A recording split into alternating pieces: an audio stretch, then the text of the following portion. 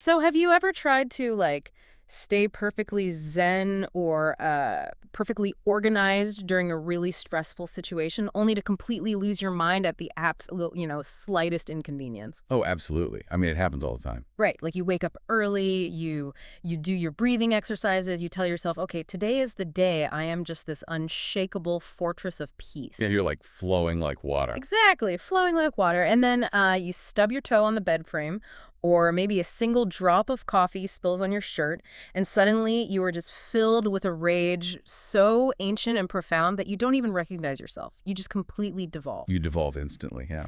And today we are doing a deep dive into the exact, I mean, the literal mathematical formula of that devolution. We're looking at a text from the emoji verse that calculates the precise velocity of a psychological meltdown. It is honestly just a stunning piece of modern satirical philosophy. It really is. It takes these incredibly high-level frameworks, the kind of phenomenological concepts you usually only encounter in like dense academic texts or from highly paid life coaches, and it just forcefully crashes them right into the mundane friction of everyday Which chaos. is where we all actually live, right? Right, exactly. It doesn't just ask why our carefully constructed psychological mansions collapse in a slight breeze. It actually provides the literal equations for the structural failure. Because a philosophy that only works in a quiet room isn't really a philosophy. I mean, it's just a vacation. That's a great way to put it. And this material gives us three incredibly rich, fully realized case studies of people trying to map these elevated concepts onto a reality that just aggressively refuses to cooperate. It's so relatable. It is. We're talking about the attempt to assemble a piece of IKEA furniture, the battle to maintain your sanity in a gridlocked traffic jam, and of course the absolute apex of human endurance, which is sitting across from your family at Thanksgiving dinner.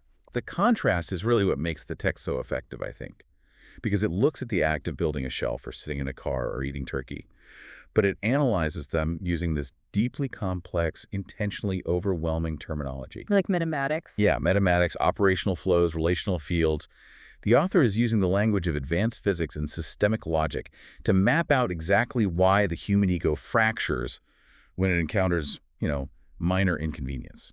And for you listening, think about the mantras you use in your own daily life, the productivity hacks you swear by, or the stoic quotes you have saved on your phone. Oh, everyone has those on their phone. Right, or the boundaries you try to implement after listening to, like, hours of psychology content. We tell ourselves we have a system. But what actually happens when our so-called systems are tested by a physical universe that simply does not care about our intentions? And that is the core of this entire analysis. The source text basically operates on the premise that our mental frameworks fail us because we fundamentally misunderstand the relationship between internal belief and external reality. Which is huge. It is. And more importantly, it provides the hidden mathematics of how to integrate those frameworks correctly. So it teaches you how to stop performing calmness and start actually surviving the chaos. Okay, so if we're going to understand how our internal architecture fails us in a complex social dynamic, we first have to look at how it fails us in a completely controlled, inanimate environment. Right, the baseline test. Yeah, the text presents this as the ultimate crucible for the human spirit, which is a flat-pack box from IKEA. I mean, there is literally no better laboratory for testing human integration than particle board, a handful of wooden dowels, and an Allen wrench. It's brutal. It really is because it strips away all social variables. Yeah. It is just you and the raw materials of reality. So the source introduces us to a protagonist they call the Traveler, and this Traveler is attempting to assemble a bookshelf. But not just any bookshelf, it's a model called the Blig. The Blig. I mean, the phonetic clunkiness of the name itself just sounds like a barrier. It sounds like a cough. It does. It sounds like a sudden stop. It's not elegant. It's an obstacle. And the genius of the scenario lies in the mindset of the Traveler. They don't just, open the cardboard box, grab a screwdriver, and start blindly matching piece A to slot B. Like normal people do. Like normal people do, yeah. Instead of just engaging in a mundane household chore, they actively try to embody a higher state of being. They declare themselves to be an integrated builder. An integrated builder. Right. And to achieve this, they attempt to run what the text calls the 11-step operational flow. And this is our first real immersion into the metamatics of the document. So the 11-step operational flow is essentially this hyper-rationalized, over-intellectualized system for executing a task that should be entirely mechanical. Just putting pegs in holes. Exactly. The traveler is attempting to apply peak cognitive performance and spiritual intentionality to mass-produce Swedish furniture. It's a profound mismatch of energy and task. Well, let's trace how they apply this framework because it actually starts beautifully. Step 1 of the operational flow is define the event atom. All right, so the event atom being the smallest indivisible unit of the situation.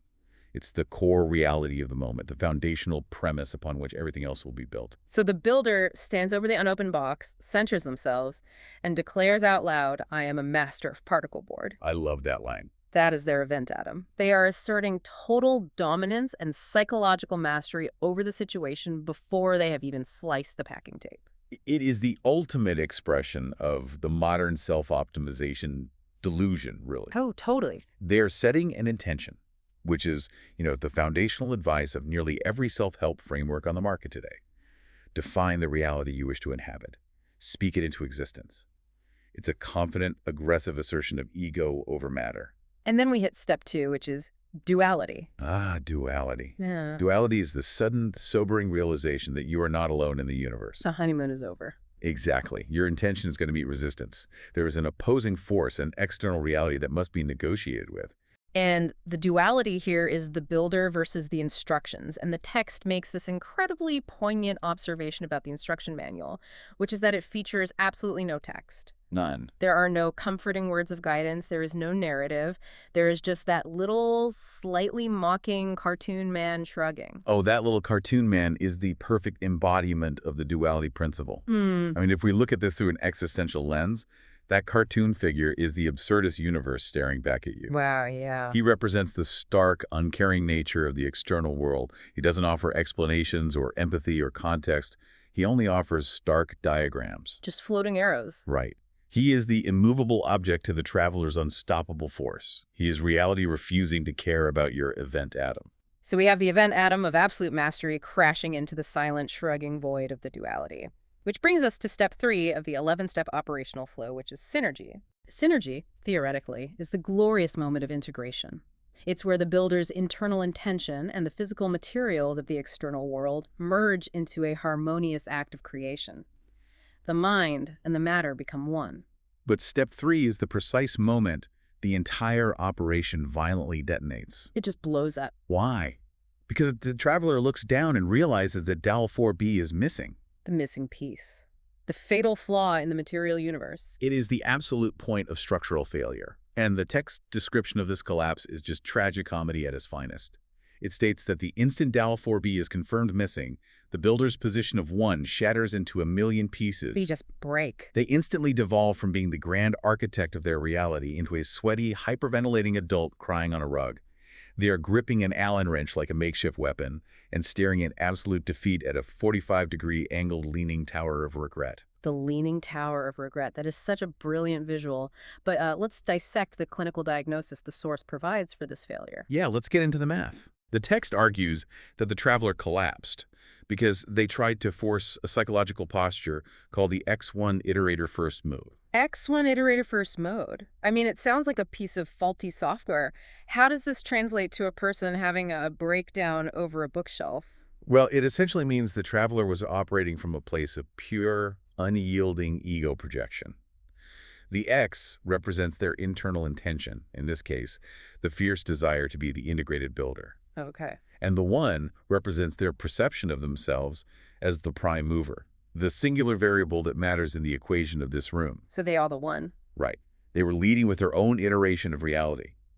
They believed they could wield the furniture into structural integrity through sheer brute force mindset. They literally thought their mindset was load-bearing. Precisely. They believed the internal state could substitute for physical engineering.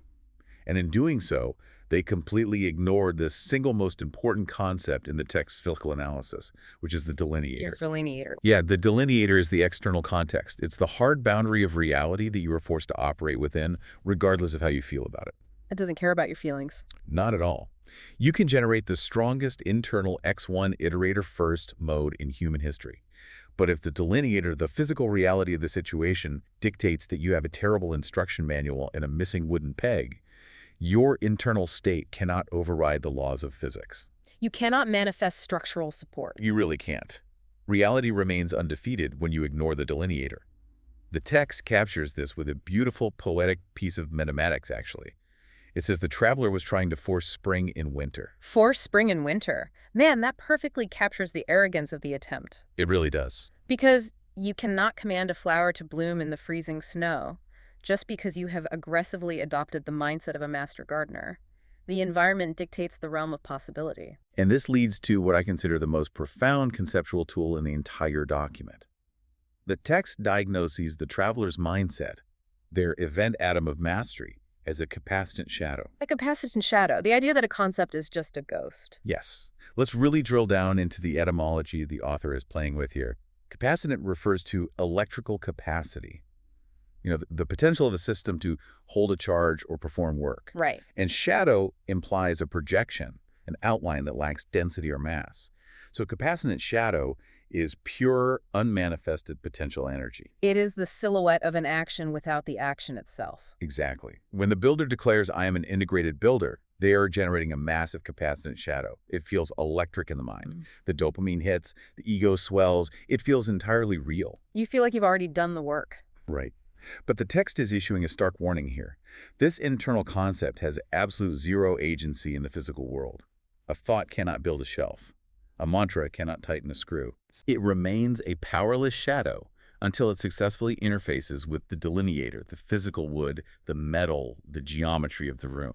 This maps so perfectly onto everyday domestic life. Think about trying to manifest a perfectly clean kitchen. Oh, yeah. You stand in the doorway, you close your eyes, take a deep breath, and repeat, "I am the master of cleanliness. I exist in a state of pristine domestic order." You are spinning up this massive capacitance shadow. Huge shadow. But you are completely, willfully ignoring the delineator, which is the sink overflowing with crusty, dried-on oatmeal bowls from 3 days ago. You are attempting to force the X1 Iterator-First mode upon the kitchenware. And the kitchenware does not care about your inner peace. But let me push back on this a little, or at least try to clarify the text's stance. Is the document suggesting that the initial step defining the event atom of mastery is a foolish waste of time? I mean, are mantras and intentionality completely useless? Or is the failure entirely located in the traveler's refusal to acknowledge the physical limitation of the missing dowel? That's a great question. It is unequivocally the latter. And that distinction is the crux of the philosophy. The text isn't anti-intention. Defining the event atom is step one of the operational flow for a very vital reason. Because you need a direction. Right. Intention provides the vector. The failure isn't generating the capacitant shadow. The failure is the delusion that the shadow is a substitute for the object.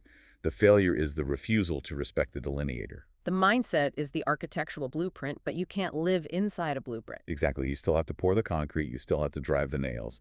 And if you are missing a nail, if dowel 4B is missing, a true integrated builder doesn't cry on the rug. They adjust the blueprint. They adapt. They interface with reality as it is currently presenting itself. The traveler's breakdown occurred because when the physical universe contradicted their event atom, their ego shattered instead of adapting. They just kept trying to smash the shadow onto the physical world, resulting in the leaning tower of regret. So if you are listening to this and you find your own systems constantly collapsing, whether it's a productivity system at work or a fitness routine or a method for organizing your life, the takeaway here is incredibly grounding. You cannot impose your internal content onto a situation without yielding to the external context. You have to negotiate with the delineator. If your department's budget is slashed, if your toddler is sick, if the software crashes, no amount of "I am an integrated master of my domain energy" is going to fix it. No. You have to deal with the missing dowel first. Reality will systematically crush the fantasy of the event atom if you try to build a house on missing foundations. But dealing with a missing piece of wood is ultimately a contained problem. I mean, a wooden peg is a neutral entity. It has no malice. It has no agenda. It is the passive resistance of the universe. Right. And if the delineator is that rigid with a piece of unmoving Swedish particle board, the mathematical formula for our sanity becomes exponentially more complicated when the delineator has an engine, a steering wheel, and road rage. Right. We've seen the ego collapse in a quiet living room.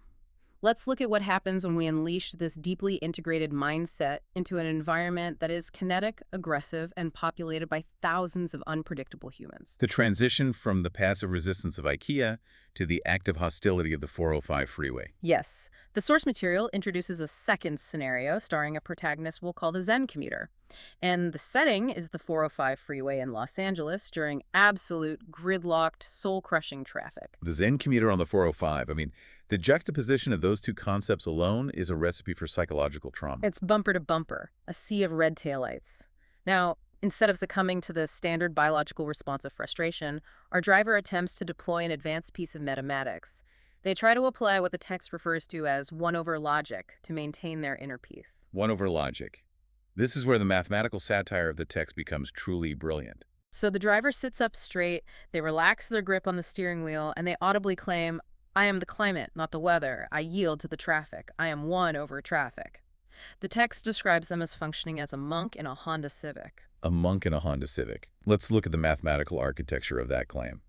By placing themselves as the 1 in the numerator over the massive denominator of traffic, they are attempting to engineer themselves into a constant. They're above it all. Exactly. They are declaring themselves a peaceful, fixed fraction suspended above a chaotic, infinitely variable sea of metal and frustration. They are trying to remain untouched by the volume beneath them. It's an elegant equation until the point of failure arrives. And it arrives at 65 miles per hour. It always does. Out of nowhere, a massive BMW violently swerves into the commuter's lane. No blinker, no warning, just an aggressive, physically dangerous cutoff that forces the commuter to slam on the brakes. The kinetic stress test of the 1 over traffic equation. And the result is catastrophic. In a quarter of a second, the driver's unity operator evaporates. The unity operator being the psychological scaffolding holding that peaceful fraction in place. Gone. Completely atomized. The monk in the Honda Civic vanishes. The driver rolls down the window, face red, veins popping, and screams at the top of their lungs, "I am the storm. R1V mode activated. Use your blinker, you unintegrated heathen." The descent is spectacular. I mean, they went from claiming to be the vast, overarching climate to immediately identifying as the most violent, localized weather pattern imaginable. I am the storm. So how does the text analyze this instantaneous collapse? Why did the Zen 1 over traffic mode fail the absolute microsecond the BMW breached the perimeter? Well, the text is merciless in its psychological diagnosis here. It states that the failure occurred because the Zen commuter's peace was an illusion. It was a textbook case of what modern psychology terms spiritual bypassing. Spiritual bypassing. I want to spend some time on this because it's such a pervasive phenomenon. It is. The term was originally coined by psychologist John Wellwood in the 1980s. It describes the tendency to use spiritual ideas or practices or vocabulary to sidestep or avoid facing unresolved emotional issues, psychological wounds, or simple, messy human reality. So faking it, basically. Basically, yeah. Yeah. The text essentially argues that the driver was performing the act of surrender strictly to avoid feeling the deeply uncomfortable reality of their own anger. Yeah. They hated being stuck on the 405. They were simmering with resentment. Of course they were. It's the 405. Right. But because their ego demanded that they view themselves as an enlightened, integrated individual, they bypassed the authentic emotion of frustration and skipped straight to the aesthetic performance of Zen. They slapped a fresh coat of spiritual paint over a foundation that was completely rotting away. Exactly. When you engage in spiritual bypassing, your unity operator is fundamentally brittle. It's a house of cards. It requires the external environment to be perfectly, unchallengingly still in order for you to maintain the illusion of your own peace. Which brings us to the BMW driver.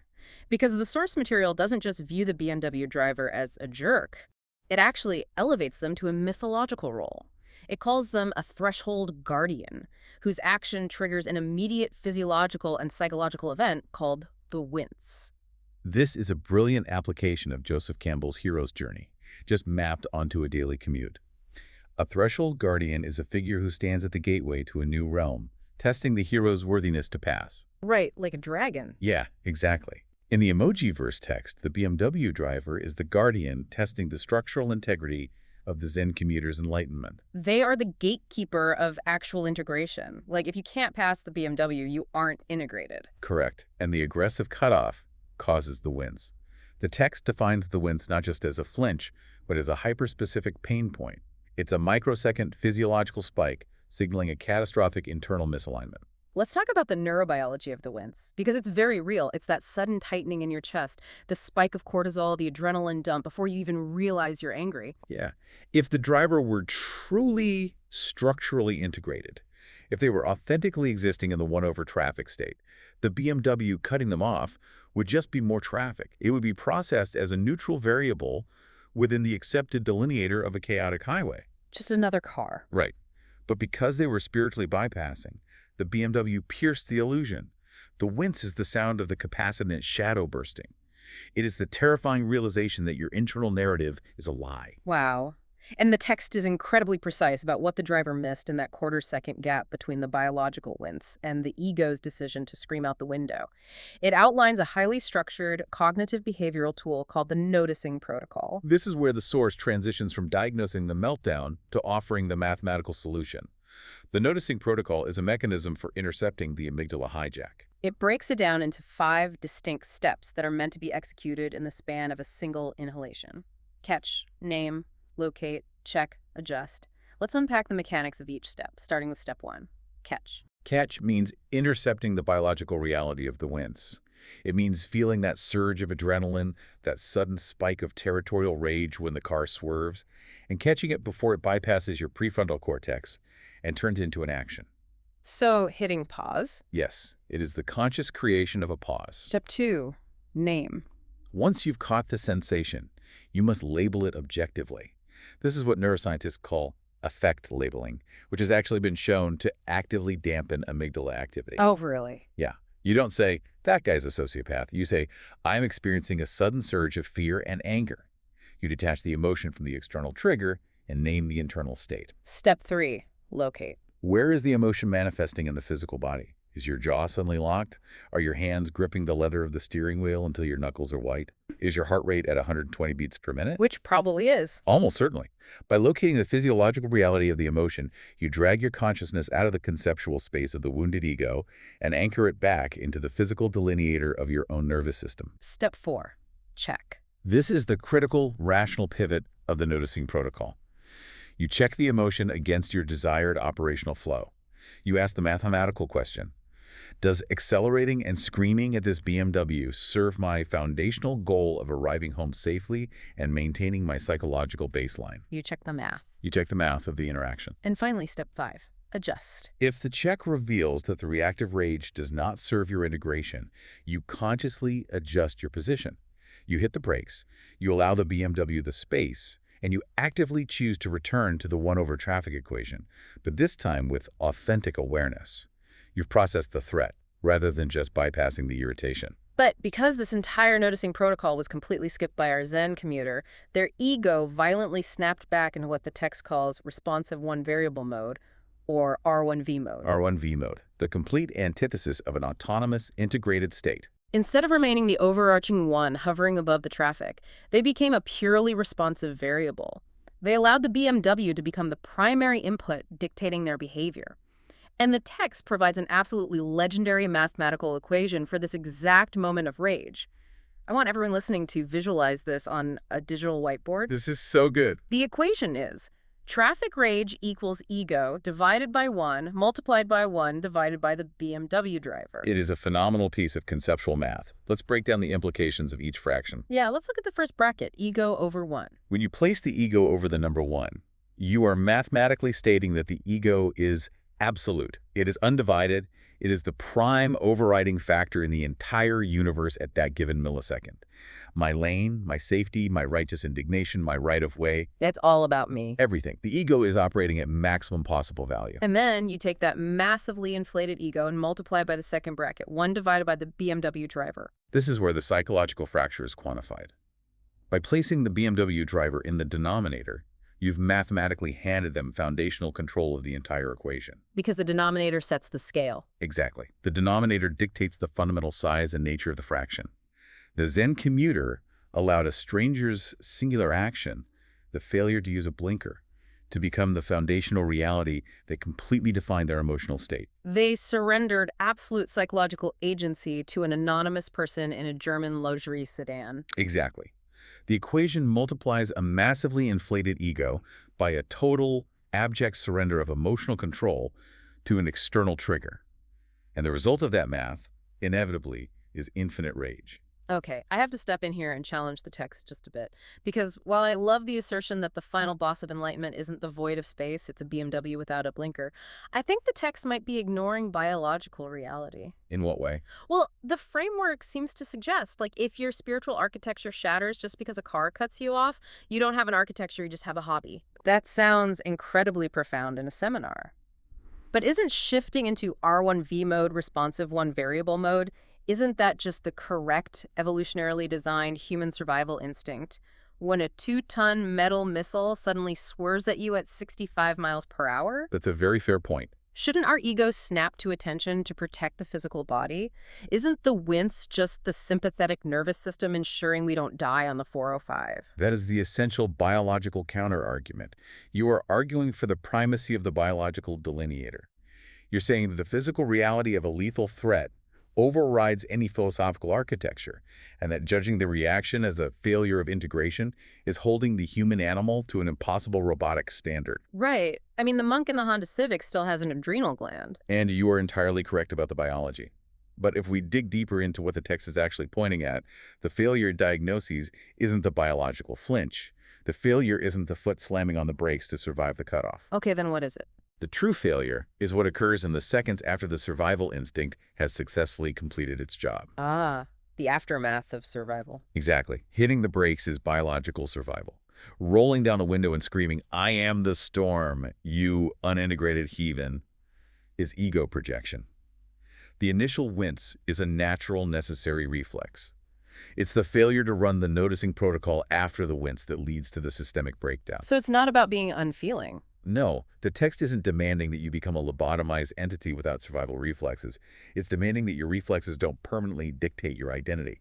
The biological response saved the car, but the spiritual bypassing and subsequent ego explosion destroyed the commuter's internal state. The noticing protocol is the bridge that separates the necessary reflex from the unnecessary rage. The reflex is instantaneous. The sustained rage is a choice, even if it feels compulsive. So if you are listening to this, I challenge you to look closely at your own Unity operators. What are the situations or relationships where you tell yourself you are perfectly okay, perfectly accepting, but you are actually just performing acceptance? It's tough to look at. It is. Are you authentically dealing with your frustrations at work or with your partner or in traffic? Or are you just slapping a serene, Instagram-ready Zen quote over a violently boiling pot of resentment? It's a deeply uncomfortable question. Are you an architect of your own peace? Or do you just have a hobby of sounding like one when the weather is nice? Because true integration, according to the mathematics of this text, isn't the absence of triggers. Triggers are mathematically guaranteed, there will always be missing dowels, and there will always be aggressive drivers. True peace is measured by how you process the wince. Yes. It is determined by how efficiently you can run that noticing protocol and return to a baseline that is built on reality, not bypassing. It's about maintaining the integrity of your operational flow when the environment becomes actively hostile. But, the freeway is still an environment of strangers. You can dismiss a BMW driver as an anomaly. You can just drive away from the situation.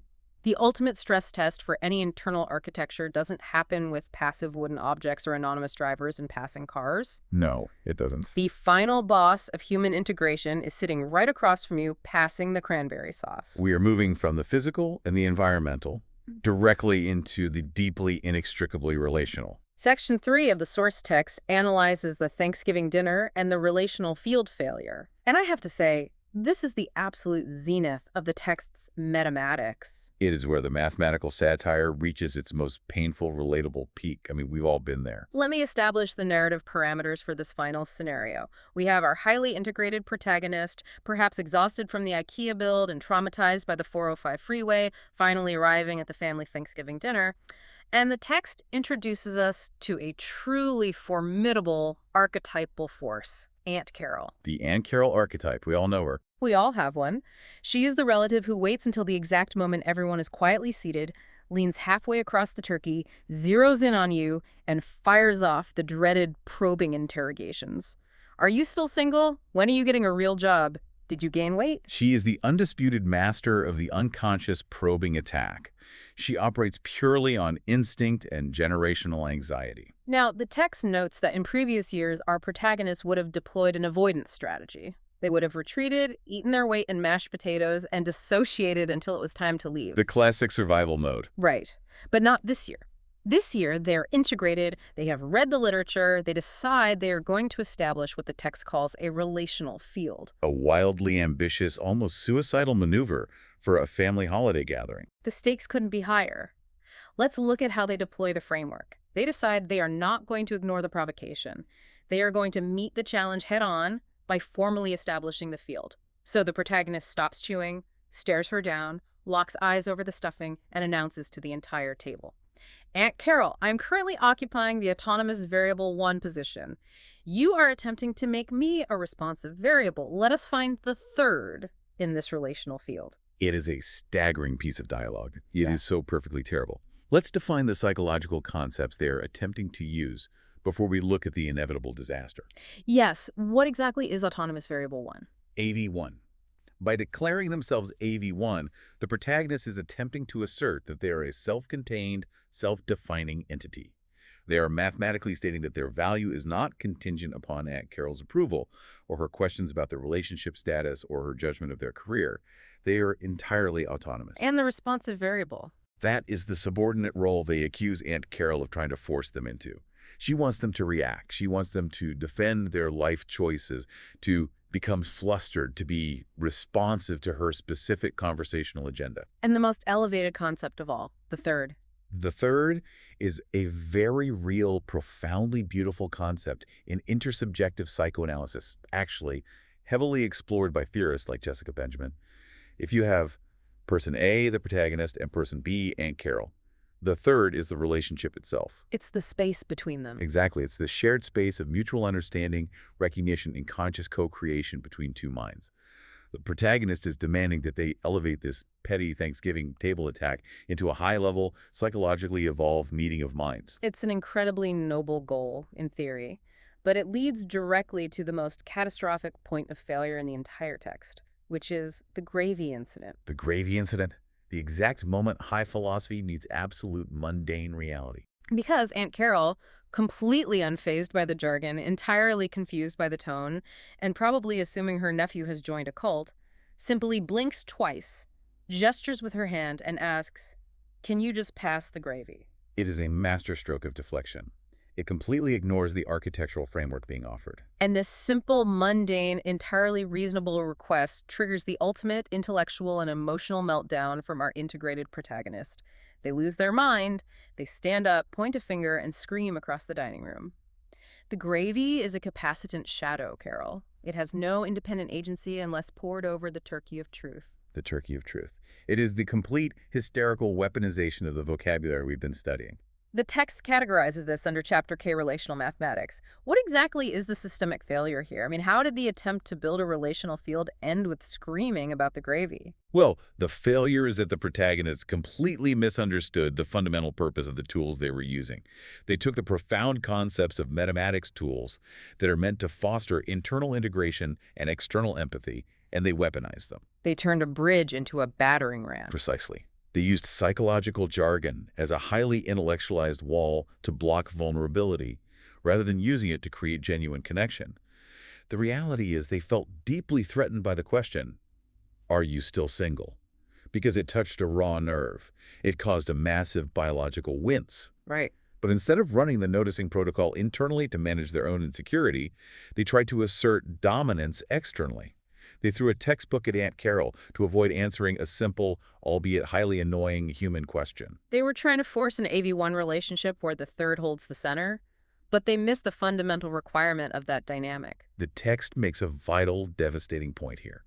You cannot force the third onto someone who doesn't even know they are in the equation. That is profound. You cannot force the third onto someone who doesn't know they are in the equation. Aunt Carol is not operating in a relational field. She has no idea what an autonomous variable is. She is operating in a dining room. She wants gravy. This brings up a deep dive concept from the text that I think is the single most applicable lesson for our listeners. The text diagnoses this breakdown as a severe case of field confusion. Field confusion.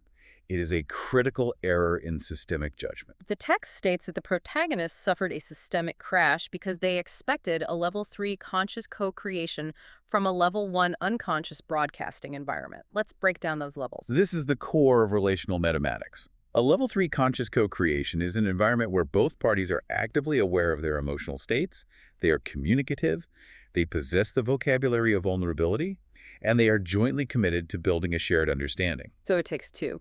Yes, it requires immense mutual effort and consent. So a level 3 environment is like a deep couples therapy session or a profound late-night conversation with a partner who's doing the work. Exactly. A level 1 unconscious broadcasting environment, on the other hand, is just people indiscriminately projecting their unexamined thoughts, habits, and anxieties outward into the room. And Carol asking about your job isn't an invitation to deep psychological exploration. It's just noise.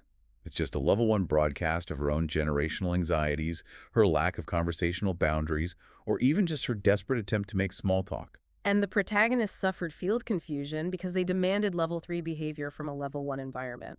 They tried to play 4D chess on a checkers board. Right, and the text emphasizes the absurdity of this with a fantastic quote. You can't force a stream to go viral. Oh, that's good. Meaning you cannot artificially manufacture a moment of profound significance if the underlying environmental conditions simply aren't there.